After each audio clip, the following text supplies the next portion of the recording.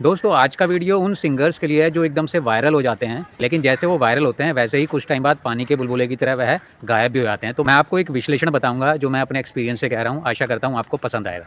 Music with Subhash.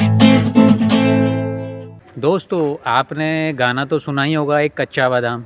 अच्छा दोस्तों, आपने रानू मंडल के बारे में भी सुना, तो आपने देखा होगा ये सिंगर्स एकदम से ट्रेंडिंग में आ गए हैं, है ना, वायरल हो गए हैं और उसके बाद वो एकदम से गायब भी हो गए हैं। तो मैं दोस्तों इस बारे में कुछ मैंने विश्लेषण किया है ना, कुछ मेरे एक्सपीरियंस जो मैं आपको बता रहा हूँ कि ऐसा क्यों होता है। इन केस एकदम से ये वीडियो आपके फ़ायदे का तब हो सकता है अगर आप एकदम से वायरल हो गए हैं, तो शायद ये वीडियो वो देखें तो इससे उनको कुछ फ़ायदा हो सके। तो दोस्तों सबसे पहले बात करता हूँ मैं रानू मंडल की। तो दोस्तों रानू मंडल जी देखिए, मेरे हिसाब से वो वायरल इसलिए हुई क्योंकि वो गाती तो बहुत ही अच्छा है, बहुत सुर में गाती हैं वो, ठीक है। और जहाँ तक मुझे लगता है उनको संगीत का किताबी ज्ञान नहीं है ना। एक तो होता है प्रैक्टिकल विद्या होती है ये, है ना। प्रैक्टिकल विद्या क्या होती है, बहुत ही सुर में गाते बजाते हो आप, ठीक है। लेकिन एक यह विद्या नहीं होती कईयों के अंदर, भाई किस स्केल से गाना है, सुर में क्या है, ताल में क्या है, ठीक है, इसका नहीं पता लग पाता उनको। एनीवेज रानू मंडल जी वायरल हो गई वो। अब वायरल हो गई, उनको तो बहुत अच्छा मौका भी मिल गया, भाई मुंबई में बुलाया गया, हिमेश रेशमिया ने अपनी मूवी में भी गाने का मौका दिया, ठीक है। तो गा लिया उन्होंने। उतना वायरल होने के बाद या उतना प्रसिद्धि पाने के बाद, एक बॉलीवुड की बड़ी फिल्म में गाना गाने के बाद भी, ठीक है, आदमी इतना नीचे नहीं आता जितना वो आ गई हैं, ठीक है। उसका कारण हम जानने की कोशिश करेंगे। देखिए उनके नीचे आने का कारण मुझे यह लगता है, बेटा डिस्टर्ब मत करो ऐसे। तो उनका देखिए नीचे आने का कारण यह लगता है, देखिए उन्होंने गा लिया और प्लस एज भी उनकी ज़्यादा है, चीज़ों को ज़्यादा समझ नहीं पाती, और कहीं ना कहीं मुझे लगता है जो मैनेज कर रहे थे वो लोग, उन्होंने गड़बड़ियाँ कर दी। मुंबई गए, आपको तो पैसे मिले होंगे, हिमेश रेशमिया के साथ आपने काम किया। ज़रूर, लेकिन कितना वो मुझे नहीं मालूम। क्यों? क्योंकि वो बेईमान चीटर गद्दार लोग बेईमानी किया था, इसलिए नहीं मालूम। तो कैश मिले थे या अकाउंट में मिले थे? जी नहीं, कोई कैश वहाँ से नहीं दिया तो अकाउंट में दिया, मगर कितना दिया वो मुझे नहीं मालूम। जहाँ तक मुझे लगता है, क्योंकि मैंने भी संपर्क किया था रानू मंडल को, मैंने कुछ समय पहले, शायद कोरोना के टाइम की बात है या उसके बाद की बात है, ध्यान नहीं आ रहा, 20 या 21 की बात होगी शायद। तो मैंने भी संपर्क किया था। गाना मैंने एक गाना जो मैंने लिखा हुआ था नेहा कक्कड़ के लिए, दिमाग में था मेरे, है ना। तो मैं देख रहा था भाई मैं अप्रोच तो कर नहीं पा रहा नेहा कक्कड़ को, लेकिन रानू मंडल इतने बड़े स्तर पे है तो मुझे मालूम है वो भी गा देगी, और गाना सही एक बार गा लिया जाएगा तो वो भी एटलीस्ट मतलब चला जाएगा, क्योंकि मैं प्रोफेशनली लिखता हूँ, अच्छा चला जाएगा, क्योंकि वो तो खैर पुराने ही गाने गा रही है। मैंने कैसे संपर्क किया देखिए उसको, मैंने उनका एक व्लॉग देखा। वो जब ये जा चुकी थी बॉलीवुड वगैरह में, यहाँ से जा चुकी थी मुंबई से, जब वो वापस पहली वाली स्थिति में आ गई थी, ठीक है। तो मैंने देखते रहता था, मैं बोलता अरे यार इतना अच्छा गा रही है ये, ठीक है, अच्छा गाती तो सुर पे ही है, और प्लस एक नाम भी मिल गया है, फेम भी मिल गया है, उसके बावजूद इनके ओरिजिनल्स नहीं आ रहे। तो कहीं ना कहीं हो सकता है उनका मैनेजर ढंग से मैनेज नहीं कर पा रहा। तो मैंने एक व्लॉग देखा जो कि रानू मंडल के यहाँ बनाया था, मुझे याद नहीं आ रहा अभी उस बंदे का नाम। तो मैंने उससे संपर्क किया, उसका नंबर मुझे मिल गया। तो मैंने बोला भाई ये ऐसे ऐसे रानू मंडल का है, अगर मैंने देखा। तो कह रहा हाँ भाई मैं कुछ दूरी पे ही रहता हूँ। तो मैंने बोला भाई उससे बात हो पाएगी क्या मेरी? कह रहा हाँ ठीक है बात हो जाएगी। तो मैंने उसे थोड़ा अपने बारे में बताया, अपने काम वगैरह बताया, तो वो इम्प्रेस हुआ मेरे से ना। और मैंने उसको बोला भी भाई अगर ये गाना गा देती है तो उसमें एज अ हीरो तू काम कर लियो, क्योंकि वो लड़का मैंने देखा कुछ इस तरीके की ब्लॉगिंग के साथ इस तरीके से भी कुछ उसकी इच्छा थी। तो उसने बोला हाँ हाँ ये तो बहुत बढ़िया बात है, कोई दिक्कत नहीं है। तो उसने जाके बात करी होगी। अभी तो उन्होंने मेरे से बोला भाई उनको डिनर सेट चाहिए। तो मैंने बोला डिनर सेट चाहिए गाने के लिए? मतलब कोई बड़ी बात नहीं है यार, ये कितना 1-1.5-2 हज़ार में आ जाएगा। मैंने बोला हाँ डन भाई दे देंगे, कोई दिक्कत नहीं है, लेकिन पहले मुझे गाना थोड़ा सा गवा के भेजो उससे मोबाइल से ना। और मुझको जम जाता है वो अच्छा गा रही है, क्योंकि वो मैंने डेमो करवा रखा था ऑलरेडी, किसी से गवा रखा था।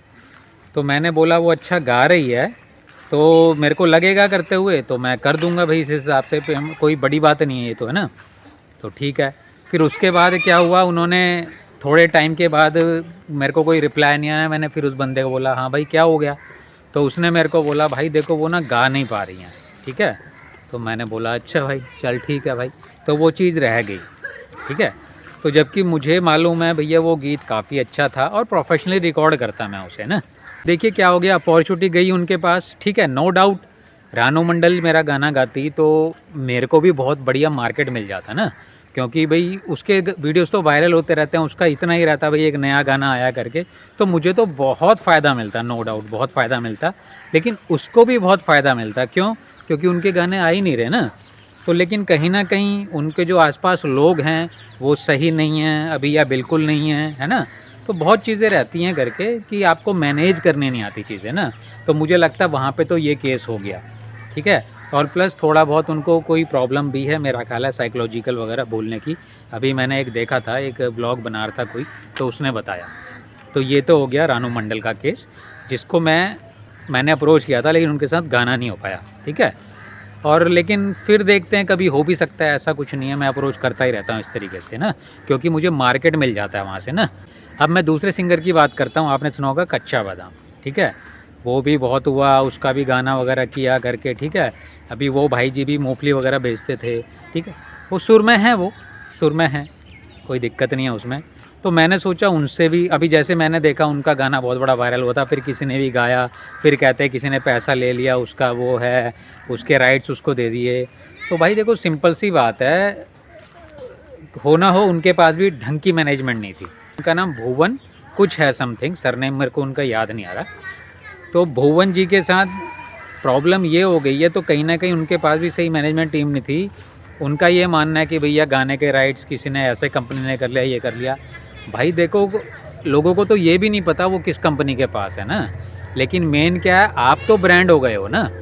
तो अभी आप तो उस गाने को अगर ख़त्म भी कर दो इंटरनेट से ना, लेकिन आप तो दुनिया के आगे आ गए हो ना। भुवन करके कोई सिंगर हैं, मूंगफलियाँ बेचा करते थे, कच्चा बादाम गाना उनका बहुत हिट हो गया था और बहुत मेजर हिट हुआ था वो। तो अगर आपके पास दिमाग है वैसा ही गाना क्रिएट करने का, कुछ भी नया करके, तो आप दोबारा से भी तो कर सकते हो ना। वो इतना पैसा तो है ही मेरा ख्याल है उनके पास। और मैं देखता भी हूँ, जो भी कभी कभी वीडियोस के थ्रू पता लगता है, घर भी बन, तो अच्छा पैसा कर लिया उन्होंने ना। लेकिन कहीं ना कहीं उनको समझ नहीं है भाई आगे हमने इस फील्ड के अंदर कैसे काम करना है ना। और सही लोग उनके पास है नहीं, या उनके पास जो लोग हैं उन्हें सही तरीके से काम करना नहीं आता। इवन अब मैं इनका किस्सा भी बताता हूँ। इनको भी मैंने अप्रोच किया था, एक लड़का है, नाम मुझे याद नहीं आ रहा, शायद संजय नाम था उसका। तो उसका भी मैंने देखा, ये इनके काफ़ी वीडियोस वगैरह भी डाल रहा था, लगभग मेरा ख्याल है ये साल भर पहले की बात है। तो मैंने देखा और उसको मैंने बहुत, इनका क्या एक्चुअली ऑफिशियल नंबर नहीं मिल पा रहा था मेरे को ना, ढंग से इनको पता नहीं भाई अकाउंट में नंबर नहीं डाला हुआ इन्होंने, है ना। तो मतलब इनका मिल नहीं पा रहा था एक्चुअली मेरे को तो ना। तो जब मैंने उस लड़के को देखा, जो शायद संजय नाम था उसका, और वो क्या कबूतर वगैरह उड़ाता था, कुछ ऐसे कुछ वीडियोस थे उसके, और इंस्टाग्राम पे ही देखा था मैंने उसे। लेकिन मैंने ये भुवन के काफ़ी वीडियोस देखे थे उसके साथ ना। तो मैंने मैसेज किया उसे, कह रहा अरे हाँ भाई मैं उनको, मेरे पड़ोस में ही, मैं जो कहता हूँ वो करते हैं, ऐसा ऐसा उसने मुझे कुछ बताया था। तो मैंने बोला अच्छा भाई। तो मैंने बोला अरे यार देखो उनका तो कुछ काम नहीं आ रहा, मैं प्रोफेशनली घोस्ट राइटिंग वगैरह करता हूँ, तो मैं बहुत अच्छा गाना वगैरह रिकॉर्ड कर सकता हूँ उनके साथ। तो उन्होंने बोला हाँ हाँ भाई बिल्कुल बिल्कुल ठीक है। तो मैंने AI से भी उनके लिए गाना बना के डाला था। कच्चा बादाम था जो कान के साथ वो तो पक गया। हनी सिंह जैसे वापस आया, मैं भी आया, साला तुमको लगा था। क्या मैं थक गया, क्या मैं थक गया, क्या मैं थक गया, थक गया, थक गया, थक गया। अब भुवन वापस आया, स्वागत नहीं करोगे क्या? भुवन वापस आया, स्वागत नहीं करोगे क्या? तो मैंने वो भेजा था उसे, देख मैंने भाई देख ऐसे तो हम यूं ही बना लेते हैं भाई, ठीक है। तो उसने देखा, काफ़ी इंप्रेस हुआ, कह रहे अरे यार बढ़िया है भाई, करेंगे, ये है वो है करके। फिर उसके बाद धीरे धीरे से वो संपर्क से हट गया वो बंदा ना। एक दो बार मैंने किया, फिर कोई रिप्लाई नहीं आया, क्या है करके, ठीक है। तो मेरे हिसाब से तो मैं अपॉर्चुनिटी क्रिएट कर रहा था उनके साथ बहुत अच्छी, ठीक है। क्योंकि मैं यहाँ लिखता हूँ अच्छे अच्छे लोगों के लिए गाना, तो भाई लिख ही लूँगा ना कैसा तैसा करके ना। म्यूज़िक व्यूज़िक भी अपने लेवल, अगर मुझे बजट नहीं भी मिलता तो इतना ठीक ठाक सा मैं बना लेता हूँ म्यूज़िक। लेकिन मैं देख रहा हूँ उनका कुछ भी नहीं जाता वो काम करने में ना, बस उनको बस वॉइस रिकॉर्ड करनी होती, तो उसके बावजूद भी वो काम नहीं कर पा रहे। तो हो ना हो, या तो उनकी सोच आगे अपॉर्चुनिटी क्रिएट कैसे हो सकती है इसकी समझ नहीं है उन्हें, ठीक है। और रही बात, चलो मेरे से छोड़ दो, उनको लग रहा हो यार ये बंदा फ़ायदा ले रहा है, हम अपना करते हैं, तो भाई उनके भी तो गीत नहीं आ रहे हैं ना। तो सोच ही नहीं है ना कि आपको भाई जब आपका बिज़नेस है गाने, तो आपको गाने रिकॉर्ड करने पड़ेंगे ना, रिकॉर्ड करके मार्केट में डालने पड़ेंगे। तो ये चक्कर है सारा का सारा। तो कहीं ना कहीं जो एकदम से वायरल होते हैं और वो वायरल हो जाते हैं, देखिए अगर कोई सिंगर वायरल हुआ है, ठीक है ना, जिसको प्रॉपर समझ है ना, मार्केट की स्ट्रगल कर रहा है, उसे पता है भाई मार्केट कैसे फंक्शन करती है, उसके लिए तो बहुत फ़ायदेमंद चीज़ होती है इस तरीके से वायरल होना। क्यों?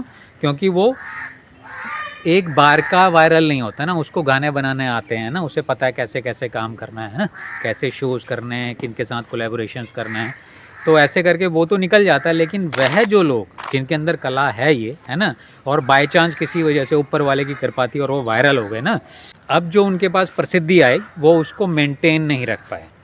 तो ये दो मैं उदाहरण लेता हूँ जिनको मैंने पर्सनली भी अप्रोच किया था, लेकिन मेरा काम नहीं हो पाया उनके साथ। और मैं ऐसे सिंगर्स देखता ही रहता हूँ। अभी एक रिसेंटली चल रही है, अनीता सिंगर करके डालेंगे, शायद यूपी की है लेडी, वो मेरा ख्याल है 30, 35 या 40 के बीच में होगी, और उनका लड़का है, एक लड़के का नाम मुझे ध्यान है, नितेश, ठीक है। तो काफ़ी अच्छा गाती है वो लेडी। तो मैंने उसके देखे वीडियोस वगैरह, और बहुत जगह उसे मैसेज वगैरह डाला करके, उनका नंबर नहीं है। थोड़ा एक ये भी प्रॉब्लम रहता है कि नंबर तो आपको रखना चाहिए ना। तो मैंने उनको भी मैसेज वगैरह डाला है करके, भाई मुझे कांटेक्ट करो, हो सका कुछ ना कुछ मैं आपके साथ ओरिजिनल गाना रिकॉर्ड कर दूंगा। मैं कोई बहुत बड़ा व्यक्ति तो नहीं हूँ, लेकिन आप जो इंटरनेट पे डाल रहे हो ना, इंटरनेट में लता जी के गाने गा रहे हो, आप आयशा जी के गाने गा रहे हो, या किसी के भी गाने गा रहे हो, तो उससे आपको वाहवाही मिल जाएगी, है ना, ठीक है। लेकिन आपको कुछ अपना ओरिजिनल गाना क्रिएट करना पड़ेगा जो आपकी पहचान बनेगी। तो मैंने डाला हुआ है, तो देखते हैं अगर उससे हो सके कि आप उसके साथ कुछ गाना हो जाए अपना। तो मैं इस तरीके से देखते रहता हूँ, अपॉर्चुनिटीज़ क्रिएट करता रहता हूँ, और ख़ुद भी काम कर रहा हूँ मैं, है ना। अफ्रीकन के साथ आपको कई वीडियोस में बना चुका हूँ, उसके साथ भी मैं काम कर रहा हूँ, तो मैं किसी और के साथ भी काम कर सकता हूँ। तो मेरा क्या है कि भाई अपॉर्चुनिटी क्रिएट करते रहना चाहिए, पता नहीं ना आपको सक्सेस कहाँ से मिल जाएगी। बाकी दाल रोटी तो हर एक की चलती रहती है ना, दाल रोटी हर कोई कमा लेता है ना। बात है बड़ा काम कैसे किया जाए ना, जिससे अच्छा खासा नाम वगैरह हो जाए, क्योंकि जब आपका नाम बड़ा बन जाता है ना, तो उसी काम के अच्छे दाम मिलने शुरू हो जाते हैं। फॉर एग्ज़ाम्पल आप बहुत अच्छा गा रहे हैं ना, लेकिन आपका मार्केट नहीं है, कोई बड़ा नाम नहीं है, तो क्या सब सुन के वाह वाह कर देंगे ना। लेकिन अगर आपके पीछे एक ब्रांड वैल्यू जुड़ जाती है, आप कोई वायरल सिंगर हो जाते हैं, या आपका कोई गीत हिट हो जाता है ना, तो आपकी कला तो वही रहती है, वैसे ही आप गा बजा रहे हो तो, लेकिन आपकी कीमत बहुत बढ़ जाती है, ठीक है। पहले आपको कोई 1000 रुपये नहीं देता था गाना गाने के, लेकिन अब वो आपको लाख लाख रुपए भी दे देगा, ठीक है। तो ये है फंडा ब्रांडिंग का, बड़ा होने का, वायरल होने का, या कुछ भी एक हाइप मिलने का। तो ये दो उदाहरण मैंने बताए आपको दोस्तों, और एक तीसरा उदाहरण लेता हूँ मैं फरमानी नाज का। देखो फरमानी नाज के साथ भी यही चक्कर हुआ, लेकिन उसके साथ सबसे बढ़िया बात ये हुई है, उसके पास सही लोगों की टीम बन गई, है ना, टीम बन गई। अभी मैं देखता हूँ उसके मिलियंस में फॉलोवर्स हैं यूट्यूब चैनल वगैरह में, ठीक है। और उनके साथ जो बंदा काम करता है, मेरा ख्याल है राहुल नाम का कोई बंदा है उनके साथ, है ना। तो वो म्यूज़िक वगैरह बनाता है, और जो भी रहेगा उन्होंने स्टूडियो वगैरह क्रिएट किया हुआ है इस तरीके से, और उनके गाने आते रहते हैं, और वो शोज़ वगैरह भी कर रही है लेडी, वो अच्छा खासा पैसा बना रही है मेरे हिसाब से, तो अच्छा खासा ही बना रही है भाई वो, ठीक है।